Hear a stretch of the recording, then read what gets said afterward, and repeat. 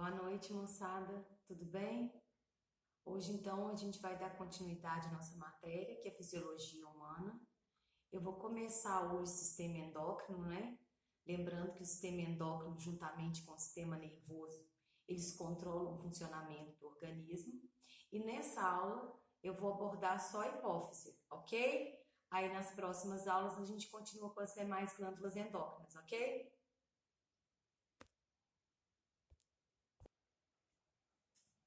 Bem, então hoje, né, nós vamos falar de sistema endócrino, o início do sistema endócrino, ok?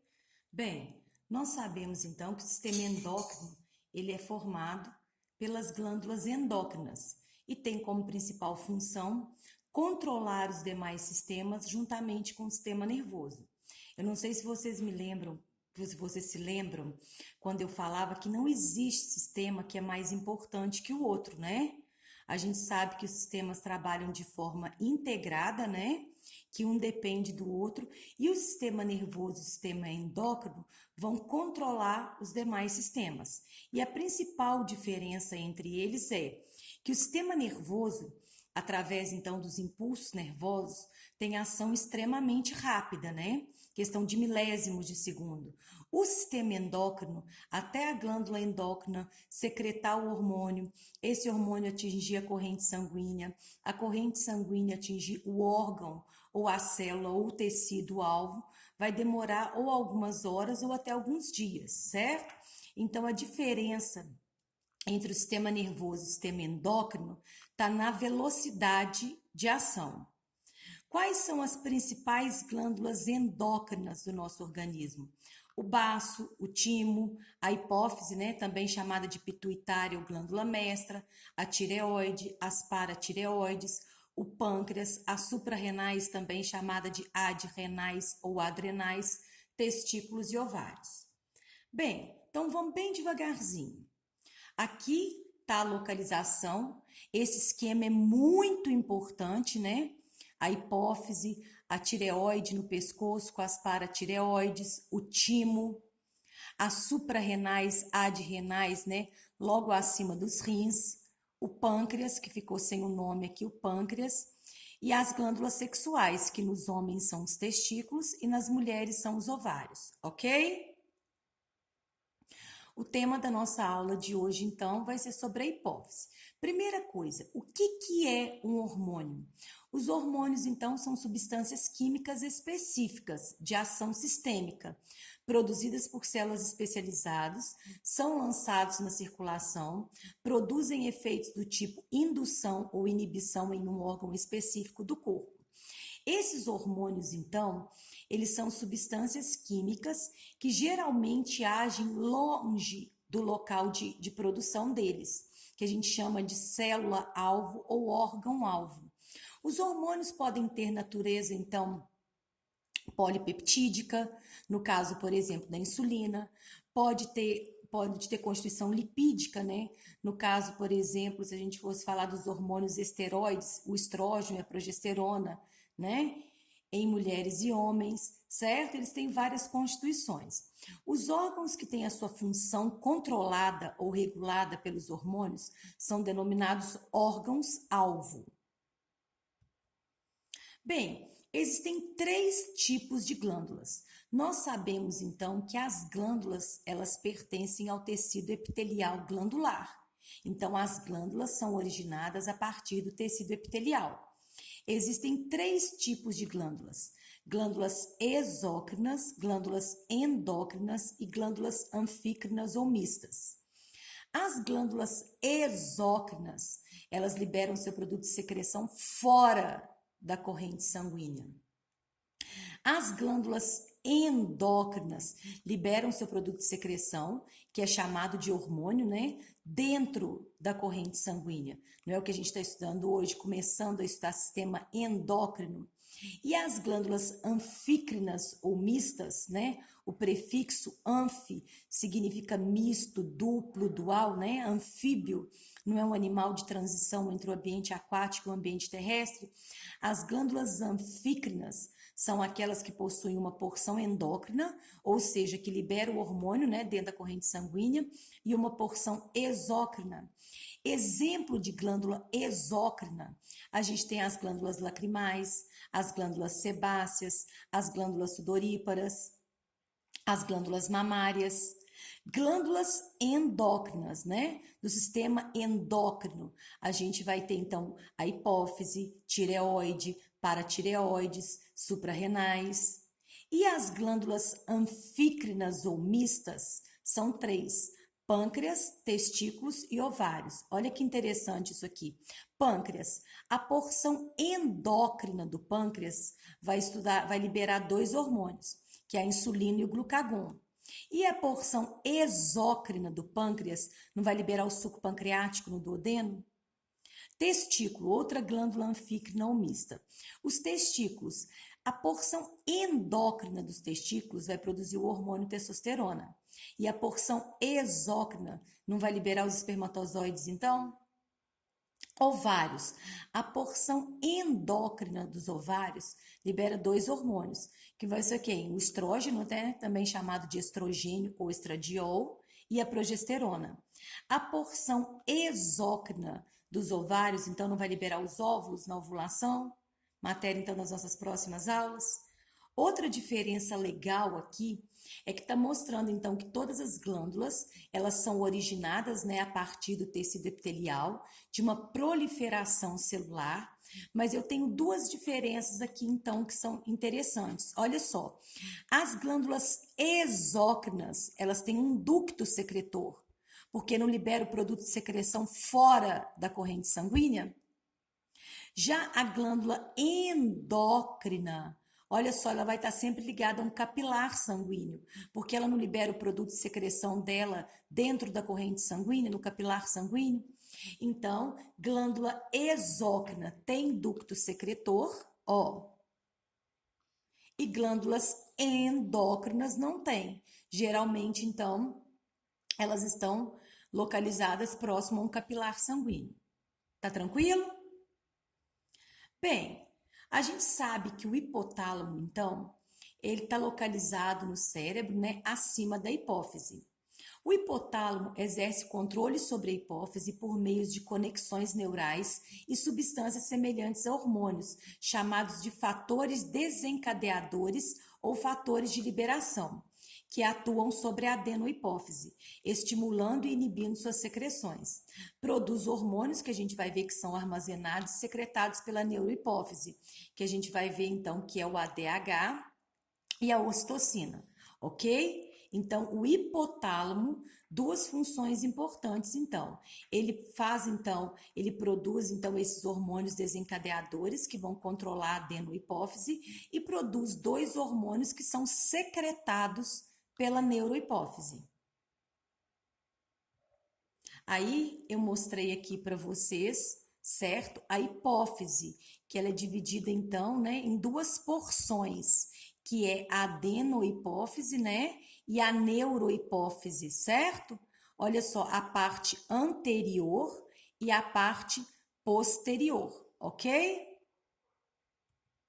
Bem, hipófise pituitária ou glândula mestra, três nomes para uma glândula super importante.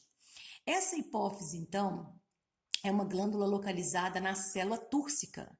O que é célula túrcica? Célula túrcica é uma cavidade localizada, então, certo?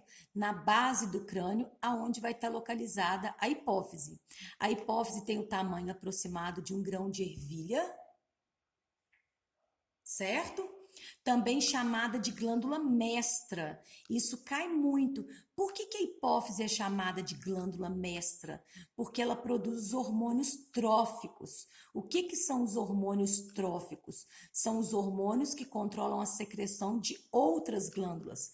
Por exemplo, o hormônio tireoidotrófico vai controlar a secreção de quem? Da glândula tireoide. O hormônio adrenocorticotrófico vai controlar a secreção das glândulas adrenais. Os hormônios gonadotróficos vão controlar a secreção das gônadas, né, testículos e ovários. A hipófise, né, está ligada ao hipotálamo. O hipotálamo, então, vai controlar a secreção da hipófise.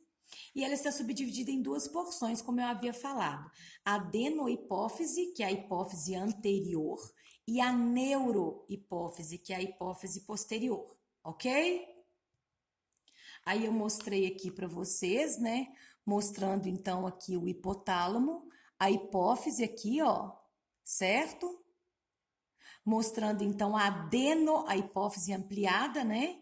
Ligada ao hipotálamo, a adenohipófise, que é a hipófise anterior, e a neurohipófise, que é a hipófise posterior. Ok? Bem, aqui eu coloquei uma tabela que depois vocês dão uma olhada, que é super interessante, com a maioria dos hormônios, então, certo? O adrenocorticotrófico, o hormônio tireoidotrófico, o hormônio folículo estimulante, o luteinizante, a prolactina, o ADH, que é o antidiurético, e a ocitocina, que eu vou falar de todos eles agora nos próximos slides. Esse quadrinho é bem legal para fazer um resumo do estudo de vocês, ok? Bem, agora nós vamos falar da adenohipófise, da hipófise anterior. A adenohipófise, então, ela secreta uma infinidade de hormônios, moçada. O primeiro que eu vou comentar aqui é a somatotrofina, também chamado de GH, né, ou STH, que é o hormônio do crescimento, também chamado de hormônio somatotrófico. Olha que interessante, então. Esse GH, esse hormônio do crescimento, então, ele é importante porque ele promove em crianças, né, em adolescentes, o crescimento dos ossos, certo? E das cartilagens. Ele vai liberar, ele vai estimular o fígado a liberar, então, proteínas chamadas somatomedinas. Essas somatomedinas, então, vão estimular o crescimento, então, ósseo e o crescimento das cartilagens do organismo. Crianças que secretam pouca quantidade de GH na infância, né, porque são crianças, têm uma doença chamada de nanismo. Olha aqui. Agora, crianças, então, que produzem, então, uma quantidade maior do STH, então, do hormônio do crescimento do GH, vão ter o gigantismo. Então, moçada, nanismo hipofisário e gigantismo são problemas causados, então, por deficiência, então, do hormônio do crescimento do GH em crianças. Já quando a gente tem uma disfunção hormonal nos adultos, o excesso do GH vai causar acromegalia. A acromegalia é o crescimento exagerado das extremidades, de mãos e pés. Olha só, gente, essa foto, que loucura, olha o tamanho da mão dele. Então, a acromegalia é o exagero, então, é o excesso do hormônio, então, do crescimento em adultos. Se a gente voltar aqui, em crianças, né, a baixa quantidade, a baixa secreção do hormônio do crescimento produz, então, o nanismo, né, induz ao nanismo hipofisário, e a grande liberação, o excesso desse hormônio, então, vai promover o gigantismo, ok? Bem, um outro hormônio, então, que a gente vai falar agora são os hormônios tróficos. Olha que legal isso aqui. O que são hormônios tróficos? São hormônios, então, que vão estimular outras glândulas, a secreção de outras glândulas. O hormônio tireoidotrófico, que é o TSH, vai estimular a secreção da glândula tireoide, dos hormônios, do T3 e do T4. O hormônio adrenocorticotrófico, cuja sigla, né, é ACTH, todas as siglas dos hormônios estão em inglês, não sei se vocês conseguiram perceber isso. Ele vai agir sobre as glândulas suprarrenais, adrenais ou adrenais. O FSH, que é o hormônio folículo estimulante, e o hormônio luteinizante, o 4 e o 5 a gente fala que são hormônios gonadotróficos, que vão agir sobre as gônadas, testículos e ovários. Olha que interessante isso aqui. O hormônio folículo estimulante, ele promove, então, nas mulheres, a maturação dos folículos ovarianos e a produção de estrógenos. Nos homens, vai estimular a produção de espermatozoides. Isso, então, é o hormônio folículo estimulante, o FSH. O hormônio luteinizante, que a gente chama ele de LH, ele é estimulante das células intersticiais do ovário, promovendo a ovulação. Então, quem promove a ovulação é o hormônio luteinizante, certo? A formação do corpo lúteo e vai induzir a produção, a secreção de progesterona. Nos homens, o LH vai estimular a produção da testosterona. Ficou claro isso aqui? Sim ou não? Bem tranquilo, né? Bem, o hormônio lactogênico ou prolactina é o hormônio, então, que vai promover o desenvolvimento das mamas e a produção do leite. A gente tem que lembrar, então, que nem sempre o tamanho da mama ele vai significar que a mulher vai produzir muito leite. Mulheres que têm, né, as mamas grandes podem não ter, então, ou produzir pouca prolactina, certo? Que vão produzir pouco leite. Mulheres com mamas menores, se elas tiverem uma secreção da prolactina normal, elas vão desenvolver as mamas, então, e vão produzir o leite. Então, o tamanho da mama não está relacionado, então, concorda comigo, com a produção de leite? Ok? Bem, agora nós vamos para a neurohipófise, que é também chamada de hipófise posterior. A neurohipófise, ela não produz hormônios, ela apenas armazena e libera os hormônios produzidos pelo hipotálamo. Lembra que eu falei que o hipotálamo vai secretar, então, hormônios e substâncias que vão controlar a adenohipófise e vão produzir o hipotálamo produz dois hormônios, então, que são secretados pela neurohipófise? Olha que legal isso aqui. O primeiro deles é a ocitocina, né? Muito legal essa foto aqui. A ocitocina é um hormônio produzido pelo hipotálamo, liberado então pela hipófise posterior, pela neurohipófise, que vai agir na musculatura lisa da parede do útero, facilitando a expulsão do feto e da placenta. Então, o que que acontece? Eu não sei se vocês já ouviram falar em parto normal induzido. O que que é o parto normal induzido?